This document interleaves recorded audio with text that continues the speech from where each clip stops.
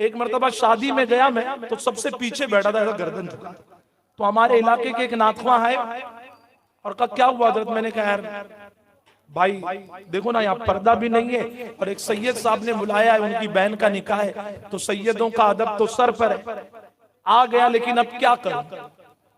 और फिर देखो बच्चियां भी अपने मोहल्ले की सबको शरबत और ये वो पिला रही है, तो मुझे बहुत दर्द हुआ। तो फिर बातें होने लगी, अल्लाह करे जितने नाथवा है ना उनके सीने में ऐसा ही दिल हो।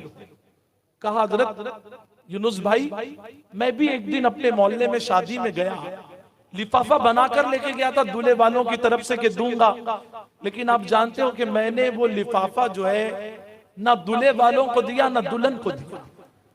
अल्लाह मेरे उस भाई की तमाम मुश्किलों को दूर करे और कौम का जो दर्द उनके दिल में उस वक्त आया, वो दर्द अल्लाह पूरे जोगेश्वरी के मुसलमानों के दिलों को अता फरमाए। उन्होंने कहा मैंने ना दूल्हा को दूल्हे को दिया ना दुल्हन को दिया। मैंने कहा फिर किसको दिया?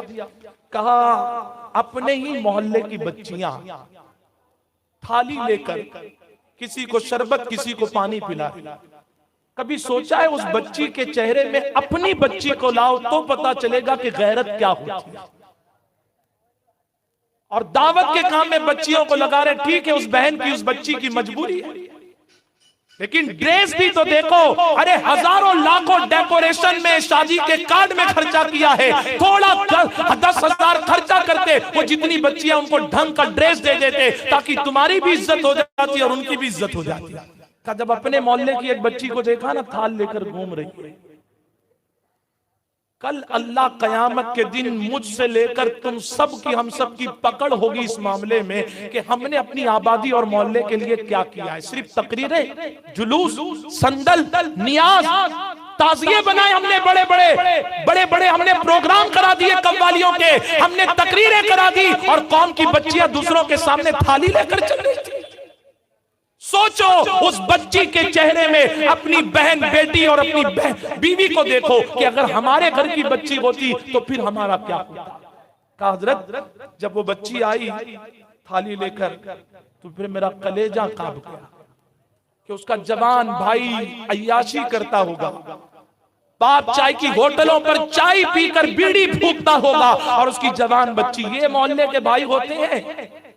हमारे यहाँ भाई मतलब माँ बहन की गाली देने वाला, दूसरे को तमाचा करने वाला। अरे सगी बहन के भाई ना बन सके, तुम अपने मोहल्ले के खाक भाई बन सकते हो। मर्दे मोमिन तो वो है, टीपू सुल्तान रहमतुल्लाहि ताला ने कहा था, जो अपने बलबूते पर जीता है। अरे दूसरों के भरोसे पर तो सिर्फ जनाजे निकला करती है। तू भाई है, तेरी बहन जाकर मेहनत करती और तू हराम कमाई खाता है, उसकी कमाई पर तुला हुआ है।